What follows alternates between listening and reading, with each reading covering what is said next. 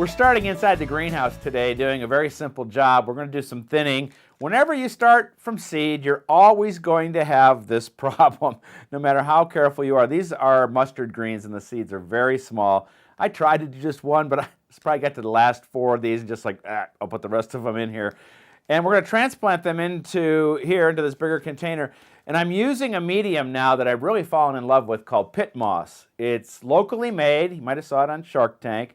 It's organic, it's recycled newspaper, and it uses 2/3 less water. And I've been starting all my seeds in it, and now I'm going to use it to transplant my little seedlings here. This is a type of pit moss called Plentiful. It has some organic fertilizer inside, and I think there's like dehydrated chicken manure or something like that. And I like to do this splitting when they just sprout, when they're little like this. And I would do the same thing outside that I'm doing indoors, only I can just get a hold of them a little bit better here. And I'm just going to kind of drop them out of here and gently tease them apart. And they don't even know this is happening when they're this little. And so we'll just push them down in here. And there's nothing really to it. And now these plants can really take off, get to a good size, and then we'll get them out in the garden at some point, maybe just a few weeks away. Mustard greens, again, are one of those things that love cool weather. And a lot of times I'll start them outdoors, but I just got the itch and I started some inside. And usually a lot of times in the outdoors they don't get split up like this, so it gives us something to do. All right, I'm going to fill up this flat. Well, that's a good one right there, actually. That's a perfect size, that little guy right there. I'm going to fill up this flat, and then we've got to go outside. Another cool spring day. And always remember they need to be labeled. All right, let's go brave the cold. Well, on the way out to the garden, I wanted to show you something. This is a new bulb for me called Pushkenya, and I don't even know if that's the right way to say it, but I'll tell you what. I love these little blue and white flowers, and it seems like the deer don't like them, and I've heard they're going to make a nice little colony in there. So here's something to think about when you're putting something on your list to plant this fall. All right, let's get into the vegetable garden and plant these. I don't care how cold it is. These are going to be fine. Well, I'll admit it. One of the things I can't grow are big onions. And I think it's because I don't have enough sun here. And if you can't grow big onions, you just grow little ones. And so these are onion sets. And it's just kind of a miniature onion. And we're going to put them in the ground here in the garden. But we're going to put them real close together. And I'm just going to grow them as scallions. Now, I've said it for every week in the past month. You can't turn the garden over. This good compost is just dumped here, and it's the perfect home for these. And believe it or not, and I learned this from my radio partner and fellow Trib columnist Doug Oster, the smaller the set, the bigger the onion will be. So we're going to plant the smallest ones first and plant them close together, cross our fingers, and see what we get. And as I said, in this cold weather, onions, nothing can stop them.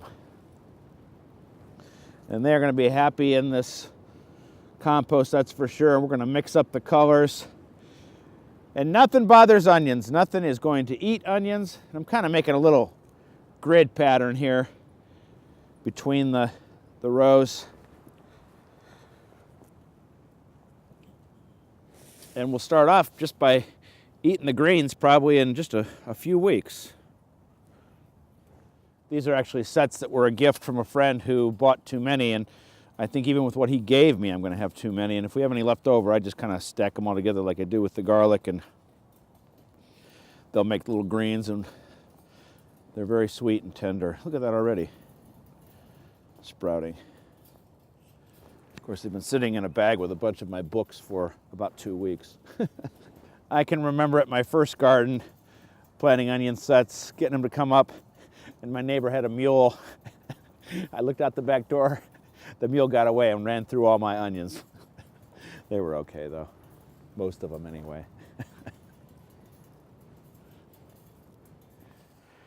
Daffodils are so important to me in this garden, and it's part of family history. Where I grew up, where my grandparents are buried, there's a thing there called Daffodil Hill. When I was visiting the graves when I was about 7 years old, I looked behind me and I saw all those daffodils. They'd been planted since the 1940s. And I was just profoundly affected. And so when I moved to this garden 20 years ago, I told my mother, I'm going to make my own Daffodil Hill.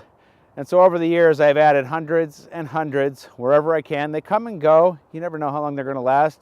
These ones here have been here for almost the whole 20 years, and it's just one of my favorite seasons. And whenever I see these daffodils bloom, I always think of my grandparents. All right, let's finish up.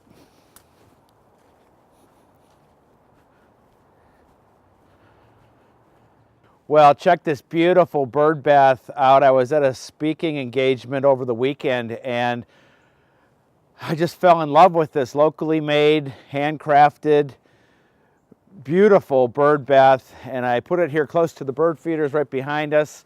You can see it from inside the house. I fell in love with it. It was a bargain. If you'd like to learn more about it, plus learn all about some other gardening stuff, see some other videos, check me out online. And that's also where you can be part of my Seed of the Month Club. We are having so much fun there. I'd love for you to be a member. Until next week, it's another day to go back inside and get some cocoa. Next time you see me, I bet you it's going to be 80 degrees out here. We'll see you then.